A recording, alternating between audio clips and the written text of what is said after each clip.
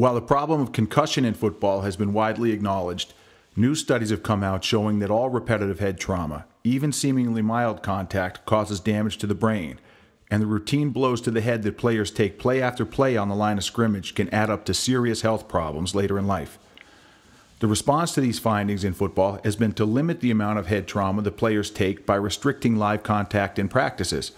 While this approach is well intended, playing less football doesn't make playing football any safer. And it's a mistake to think that the helmet companies will make the game safer with a product that makes it okay for players to knock their heads together, because no helmet can protect the brain from these kind of injuries. The only way to make playing football safer right now is to teach players how to hit without using their heads, and it's on those of us who coach football to do that. Hitsmart Football runs training programs to teach coaches the hitting principles of boxing and then how to apply those principles to the hitting situations of the game of football, so that they're better prepared to teach their players to hit with their hands instead of their heads. To hit effectively with his hands, just like a boxer throwing straight punches, a football player coming off the line has to hit with his arms fully extended and locked out on contact, with his head back and as far away from the opponent as it can be.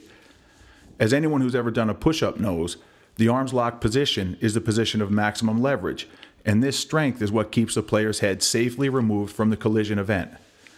This technique is a more complex athletic skill than ramming your head into someone, but with a little instruction, any coach can learn the principles well enough to be able to train their players to hit with their hands consistently. In a Hitsmart Clinic, coaches get instruction in boxing fundamentals to give them a better understanding of punching leverage. After that introduction, the coaches are then taught the football drills we use to translate the punching technique from boxing to football.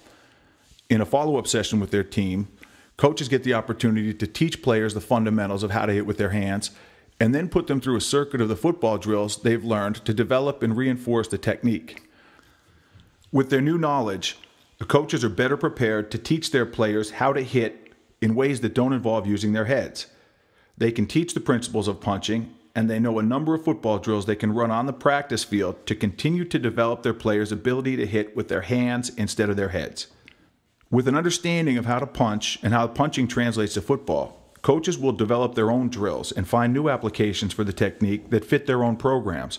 But most importantly, as long as these coaches are involved in football, every one of the players they coach will be better prepared to not hit with their heads when they play the game.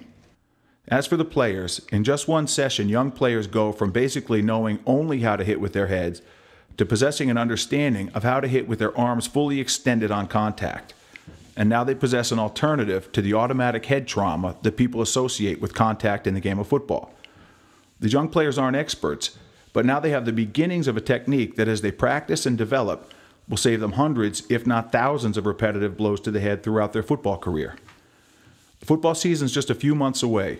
Soon players will be in full equipment and hitting each other, and every kid who goes out for the team already knows how to hit with his head, and this is just what they'll do unless they're provided with an alternative.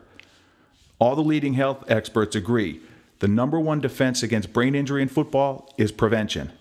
So if we're going to put helmets on players and instruct them to hit each other, it's our obligation as coaches to teach them how to hit in ways that don't involve using their heads to do it. Because when it comes to the effect of contact to the head in football, there is no gray area. By teaching a player how to hit with his head, or even just allowing a player to hit with his head, we're hurting that player.